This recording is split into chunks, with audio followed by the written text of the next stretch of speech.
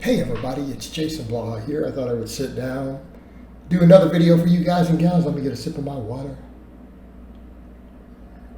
My radio voice going, let's talk about this. You know, speaking of the last video I did, and I would segue into this one immediately.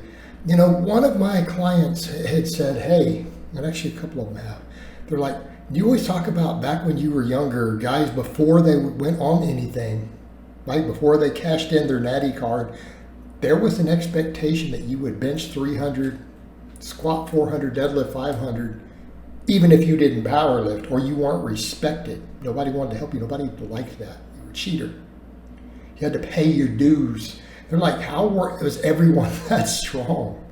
And why are you guys strong? They're like, I see all these over 40 guys who are still in the game, who started in your era. You guys are all strong. We all deadlift over 500 pounds and stuff still. Like we all move decently big weights. You know, you guys see me doing rep work right now, 47, 3 plates on a pause bench, rep work, high bar squats, 405 for sets of, 5 of them. I'm trying to get it back up to 10. I just did 7 reps today with 500 pounds on a conventional deadlift, with full resets. Closing in on 50. So why are the guys from that era strong? Why did we have those strength standards? Why was that an expectation? Your baseline strength? Or you guys are like, are you crazy? Now, granted, that 300 didn't always mean a pause back then. It could be a, bounce off your chest. Like, how did you guys get so strong? Because everyone lifted heavy. We all did the basic lifts. Like I was saying in that other video, when you came to the gym, people taught you. They took you under their wing. All the OGs helped you. And the women helped the women. There was a bit of a divide there. The women who lifted, they would give advice and help all the girls who came in. Right? They'd help them out. Normal. Guys, you come into the gym, dude, you come into a serious gym back in the day, an old school iron gym 25 years ago, 30 years ago, you walk into a gym like that, people are going to teach you immediately. They're going to teach you how to squat. They're going to teach you how to bench press. They're going to talk to you about a routine. So how did we train? How did everyone eat? Well, everyone knew you had to get big and you had to get strong to look like you lift. So even if you just wanted to be really jacked, we all knew you had to eat. We all knew you had to move some serious weight for a lot of reps. That was the difference. It wasn't, not talking about a max. It's like, I don't know, how much weight can you do 15, 20 reps with a squat? Okay, that's how we trained. That is what we were taught. And so why were we strong? Because we had bench contests all the time. You walk into those gyms, the community was, if the guys were all benching and you happened to walk in that morning or that afternoon and there's 17 dudes having a bench off, guess what? They're dragging you over. You're going to max out on the bench.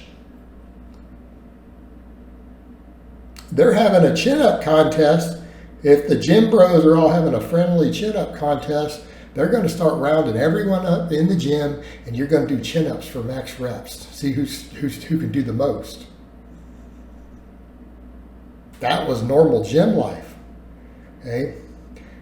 We all thought that we were supposed to build our base on 20 rep squats, like the Widowmaker programs. And what that means is, and I got up to 315 was what I got to on these. You take a weight you can get 10 reps with. This again comes out of like Texas football programs for high school down here. Take a weight you can do at least 10 reps with and you get to 20. You don't rack it till you get 20. So you might get to 11 or 12, then you need a few seconds. You get another rep, need a few seconds, get another rep. You might need 8 seconds. You might need 10 seconds to get to rep 19 or 20. You keep the bar on your back till you reach it, till you get to that 20. And if you can't, the weight's too heavy.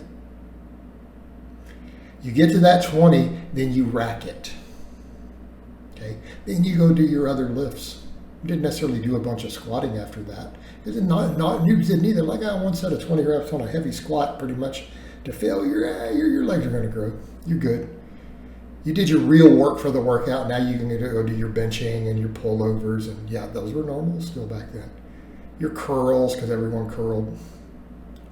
But things like bench, chin-ups, squats, these were the staple lifts. This is what everybody did. We all curled and stuff too. Everyone did these exercises, everybody, and they went heavy. People would push you. They would come over and scream, you can do a couple more. People would push you. It was a different environment. It was a different world. How did everyone eat? We all thought we were supposed to drink tons of milk. Squats and milk, that's how you got big. You can cut later. That was, again, the mantra. It was not this idea today. And even though I'm big on saying, look, we can lean bulk, we can get lean, we can stay lean. I do say that. People weren't really doing that back then unless they were big already. They didn't do that unless they were big. They didn't care. They didn't worry about having abs until they were 200 pounds. You get to 200, then you cut down and you get your abs. And that was how it was. So not saying everyone had great physiques, but they were all strong. Everybody got strong. And without gear, before they went on gear, you were expected to be. How did everyone eat? It was all post-workout nutrition, tons and tons and tons of protein. It went down later where everyone dropped it down to, you need the 1 gram per pound of body weight, and we know it's less. Everyone for a while during that era was like, we need like 2 grams per pound of body weight. Guys were literally telling you if you want to get big, you need like 100 grams of protein post-workout. People were doing crazy stuff like that all the time. It was normal. It was normal. And that's what I was told. After you work out, 2 scoops of this, get your 50 grams of whey protein, mix all this milk in it, then all these aminos. And you have to chug that immediately before you leave the gym. Now, we know that's a little silly, a little ridiculous, but we got big. I'm not saying the science supports that. We know some of that's been way overhyped. I'm fully aware of this. But if a person is trying to get really strong and they're trying to gain muscle, do you think that'll work? Because also it was steak and peanut butter was always the thing. If you want to get big, eat steak and peanut butter. That was a big deal where I lived at the time. So if you're eating like that every day, you're eating steak and natural peanut butter. Okay. Post-workout, you're getting 70 to 100 grams of protein immediately before you leave the gym. And you're training like that, doing 20 rep squats and stuff. Do you think you're going to get strong? When you're going to the gym and people are competing to see who can bench the most, or see who can do the most chin-ups, you're doing the 20 rep squats like that, all that stuff, do you think you're going to not get strong? Okay. Keeping in mind, it was not isolated people not talking to each other in gyms back then. We didn't have these. We didn't have AirPods. Maybe you had a Walkman. Okay, maybe. You listen to DVDs. Sorry, CDs, not DVDs. That's what you had. You had the gym music that was playing. You had to talk to people, and everyone was competitive. Everyone pushed you. You got strong because you were expected to. There was no other option. Everything was a competition. Everyone pushing everybody all the time. It's a different world. That's why we all got strong.